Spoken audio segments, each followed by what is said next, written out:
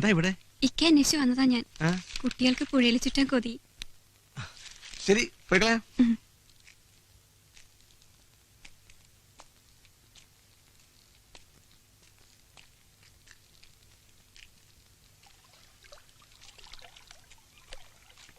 ഒരുപക്ഷെ ബോംബെയിൽ എനിക്ക് നഷ്ടമായത് ഈ പുഴയും കടവും തോണിയും ഒക്കെയാണെന്ന് തോന്നിപ്പോവാ. എന്തായാലും പട്ടണത്തിന്റെ സുഖമൊന്നും ഈ കുഗ്രാമത്തിലുണ്ടാവില്ല. എനിക്ക് അവിടെയൊക്കെ വന്നു കാണണമെന്നുണ്ട്. വെറുതെ തോന്നുന്നേക്കാ. വലിയ വലിയ കെട്ടിടങ്ങളും റോഡുകളൊക്കെ ഉണ്ട്. ആദ്യം കാണുമ്പോ എല്ലാം ഒരു അതിശയാ. പിന്നെ പിന്നെ മനസ്സിലാവുക നമ്മൾ ഒറ്റയ്ക്കാണെന്ന്. ഒറ്റയ്ക്കാവുമ്പോ ഇതൊക്കെ ഓർത്തിരിക്കാനാ എനിക്കിഷ്ടം.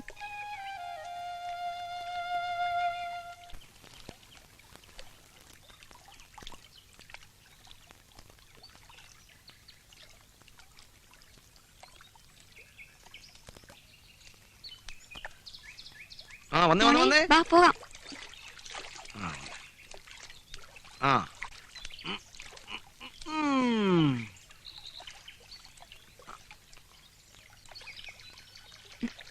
മോളെ പടിയിരുന്നോ? ഇങ്ങോട്ട് നീങ്ങിയിരിക്കും.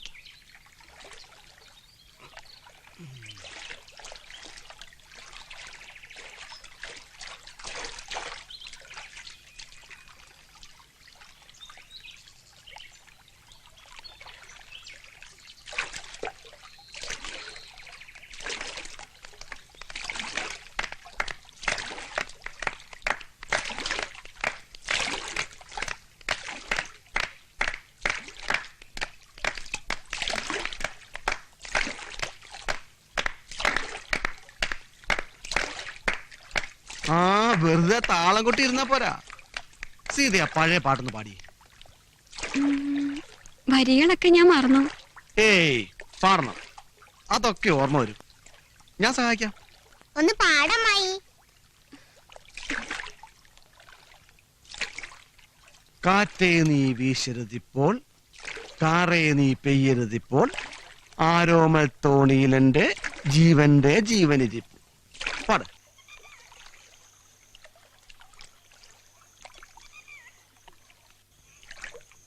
ഇറങ്ങ മോളെ.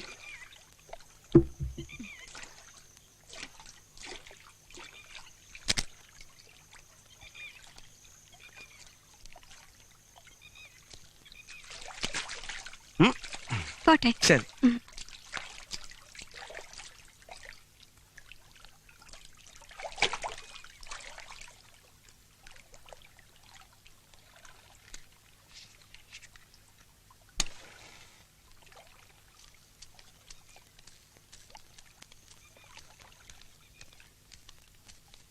ആരാ സീത?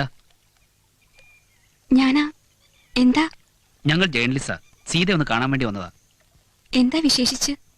ഉണ്ണിയെ കുറിച്ച്.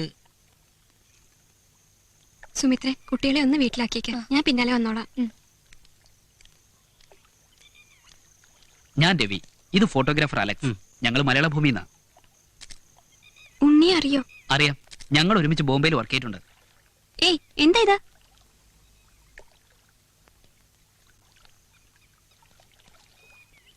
No please. ഉണ്ണിയെ കുറിച്ചൊരു വിവരം ഞങ്ങൾ അറിഞ്ഞു. A sad news. എന്താ?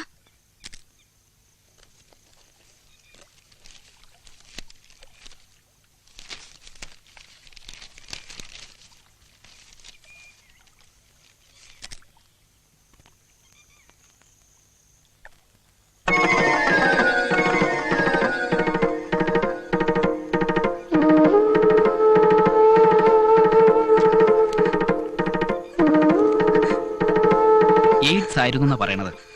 മനപ്രയാസം കൊണ്ട് ആത്മഹത്യ ചെയ്തതാ.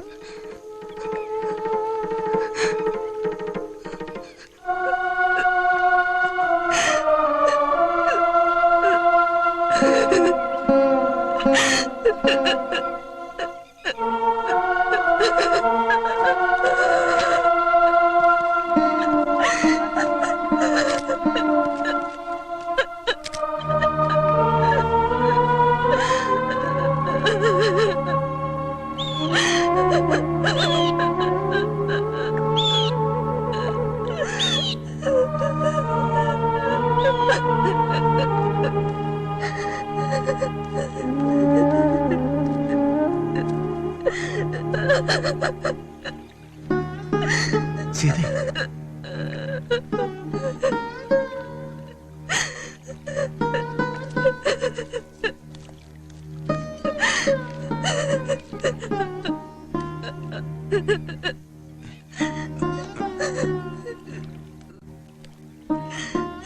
എന്തോ പന്തികളുണ്ട്.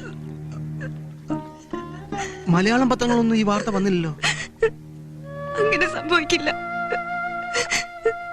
എന്റെ ഉണ്ണിക്ക് ഒരിക്കലും ഇങ്ങനെ ഒരു അസുഖം വരില്ല. എനിക്കും വിശ്വാസം വരുന്നില്ല. തൽക്കാലം ഈ അസുഖത്തിന് വിവരം ആരും അറിയണ്ട.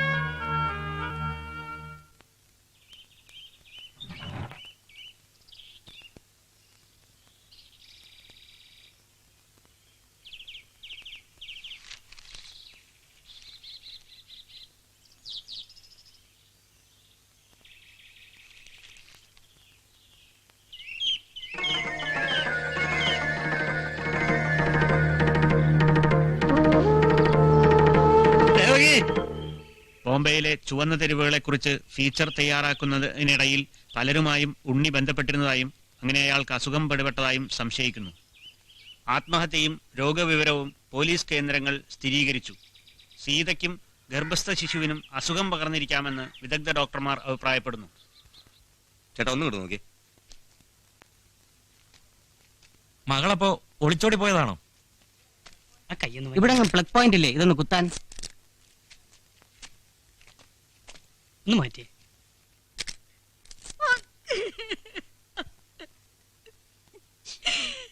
സോറി ചേച്ചി, ഞാൻ വിഷമിപ്പിക്കാൻ വേണ്ടി ചോദിച്ചല്ല. അവള് ഞങ്ങളോടൊന്നും പറഞ്ഞിരുന്നില്ല.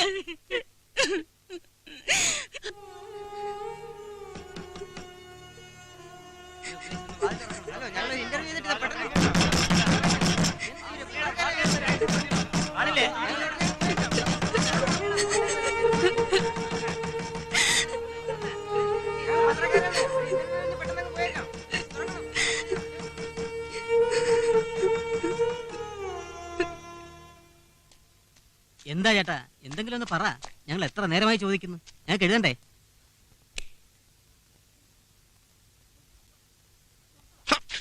നിർത്തല. ഏയ് എന്തായി കാണിക്കുന്നേ? ഇന്റർവ്യൂ എടുത്തോണ്ടിരിക്കുക. മതി നിന്റെ ഇന്റർവ്യൂ. പെട്ടെന്നല്ല എടുത്തോണ്ട് പോക്കോണം. ഇല്ലെങ്കിൽ എല്ലാം കൂടെ തല്ലിപ്പൊടിച്ച റോഡിലെറിയും. ഇയാളാരെ അത് പറയാൻ? നിന്നെ ഞാൻ എല്ലാവരും ഇനി പത്രമൊന്നും ടി വി എന്നും പറഞ്ഞ് ഒരെണ്ണത്തിനകത്ത് കണ്ടുപോരുത്.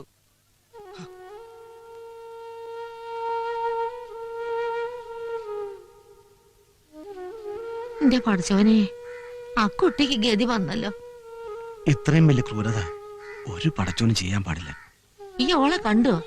ഇല്ലുമ്മ, എനിക്ക് അവളെ കാണാനുള്ള ശക്തി ഉണ്ടായില്ല. ഓളെ വലിയ ആസ്പത്രിയിൽ കാണിച്ചൂടെ? എങ്ങനെ പുറത്തിറങ്ങാനാ? ഊയി വിളിക്കാനും കല്ലെറിയാനും നിൽക്കല്ലേ നാട്ടുകാര്.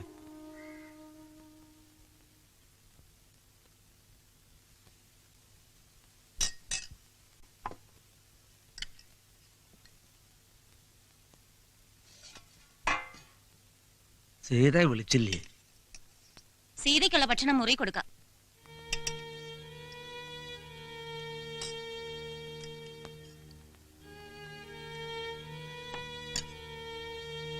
പേടിച്ച ഞാനും കുട്ടികളും ഇവിടെ കഴിയണേ. വിജയേട്ടൻ വന്നാൽ ഞങ്ങൾ പോയിക്കൊള്ളാം. പിന്നെ എന്ത് വേണേ അയക്കൂ.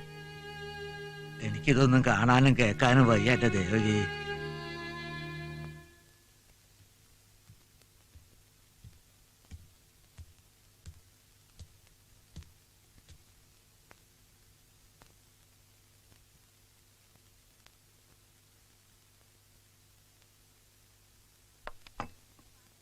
ഉണ്ടിട്ട് പാത്രം കൂടി കഴുകി വെച്ചേക്കണം.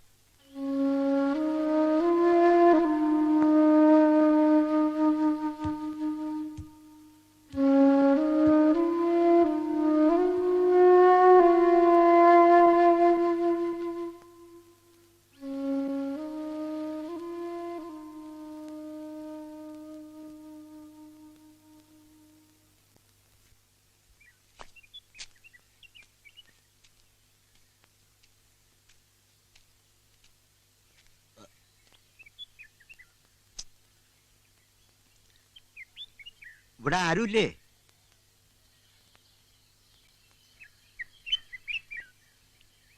വരൂ, കേറിയിരിക്കൂ. ഇരിക്കാൻ വേണ്ടി വന്നതല്ല. ഇന്നലെ പഞ്ചായത്ത് കമ്മിറ്റി കൂടി. സീത ഈ ഗ്രാമത്തിൽ താമസിക്കാൻ പാടില്ലെന്ന കമ്മിറ്റിക്കാരുടെ തീരുമാനം. എവിടേക്കാ ശങ്കരപ്പിള്ളേ? ഞാൻ അവളെ പറഞ്ഞയക്ക. ഇത് അവളുടെ വീടല്ലേ? അതൊന്നും എനിക്കറിയണ്ട. കമ്മിറ്റിയുടെ അഭിപ്രായം അറിയിക്കാനാണ് ഞാൻ വന്നത്. കമ്മിറ്റിയുടെ അഭിപ്രായം അതാവും. പക്ഷേ അവളെ ഈ അവസ്ഥയില്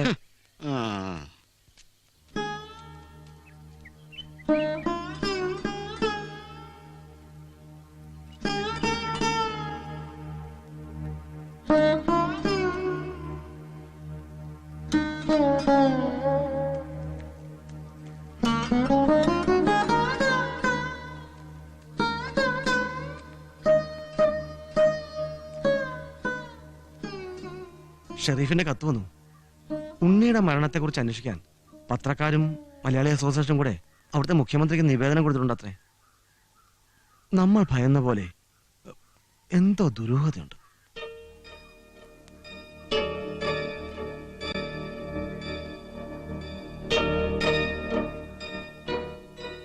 സത്യം എന്തായാലും പുറത്തു വരാതിരിക്കില്ല. ധൈര്യമായിട്ടിരിക്കുക.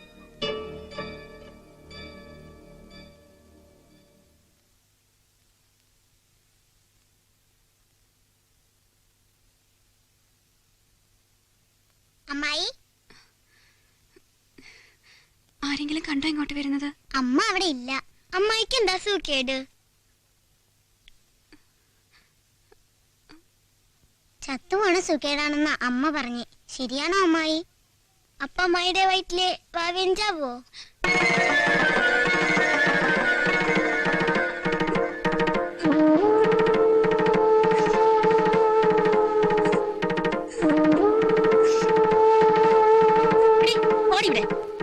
എത്ര പറഞ്ഞാലും കേൾക്കില്ല അസത്തുക്കളെ. ഓരോന്ന് വരുത്തി വെക്കാനിരിക്കുക. അനുസരണക്കേട് കാണിച്ചാലേ രണ്ടിനും തലിക്കൊന്ന് ഞാനും ചാവും.